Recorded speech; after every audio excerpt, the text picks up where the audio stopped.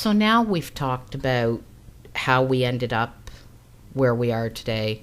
We've talked about some of our concerns, and we've talked about whether or not New Brunswick even has the realistic ability to meet the demands for bilingualism. So now let's talk about what is the government's solution to the demand for bilingualism. And here's their solution: the New Brunswick Francophone Immigration Action Plan.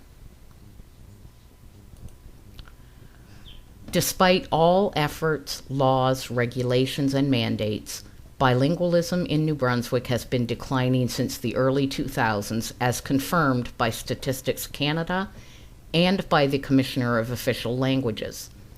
This is further confirmed by Lucie Martin, the Vice President of the Francophone Teachers Association, who states that as many as 90% of children entering the Francophone education system are unable to or barely able to function in French.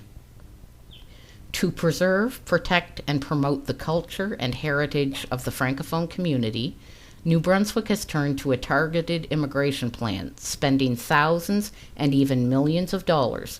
A $10 million federal grant was provided in 2009 to hosting job fairs in French-predominant nations such as France, Belgium, and some African countries. This plan also contains a settlement and retention plan, with funding being promised over and above the standard immigration plan for settlement, education, and jobs, despite New Brunswick's current 11% unemployment rate.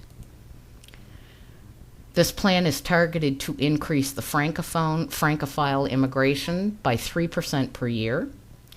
Is there a plan to maintain the balance by ensuring an equal representation of Anglophone immigrants? The answer is no. The stated intention of this plan is to encourage newcomers to integrate into Francophone and Acadian communities. So people are being treated like property and pressured to integrate where it's felt that they're needed to maintain the Francophone population. This plan considers the Francophone immigration a competition with other provinces, most notably Quebec and Western provinces. It's also a clearly anti-Anglophone document. There is a statement made in this document in particular: the European Union holds considerable potential for recruitment, as French is the second most widely spoken mother tongue at 16%, after German and before English. In 2009, New Brunswick received $10 million in investment from the federal government aimed at promoting the Francophone outside of Quebec. This has allowed significant achievements such as a sustained presence of New Brunswick officers in the Francophone markets, allowing New Brunswick to make great strides in its attraction efforts, almost tripling its number of Francophone provincial nominees in 5 years.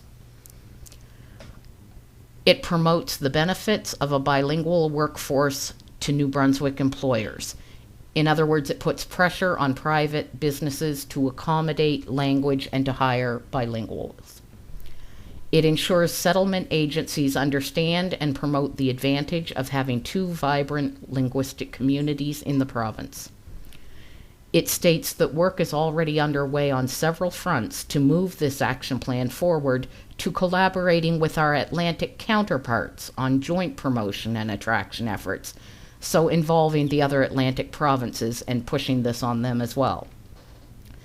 It's also noteworthy that on page 16, the closing statement, government wishes to thank the Société de l'Acadie de Nouveau-Brunswick, SANB, for hosting a day-long consultation on the population growth strategy and Francophone immigration plan. So the Acadian culture and heritage are being promoted as selling points in this immigration efforts.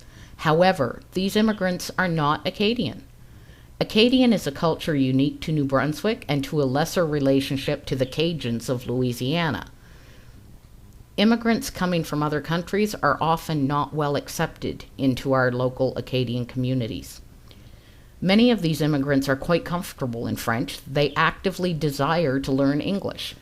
but they're being influenced towards the Francophone demographic. So how well are they going to integrate, and how well are they going to be accepted? These are words that we've heard from them ourselves. They're feeling pressured. Tracking and statistics over the past several years indicate that they're not going to integrate well. The Retention and Economic Contributions of Immigrants to New Brunswick Report 2005 to 2012 by the New Brunswick Institute for Research, Data and Training states that retention is slightly higher among Anglophone immigrants than Francophone immigrants. In fact, while retention of all immigrants is not as good as it should be, the number of Francophone immigrants filing taxes in New Brunswick 1 year after immigration is estimated to be less than 58% of those brought in. Immigration overall is really not much better at only about 68%. Immigrants are being lured to New Brunswick based on language criteria as opposed to what they can contribute to our province based on merit. And immigrants may not be receiving a realistic representation of New Brunswick on which to base their life-altering decisions. The state of education, the state of healthcare, the state of the economy, and this is not fair to them. It's not right.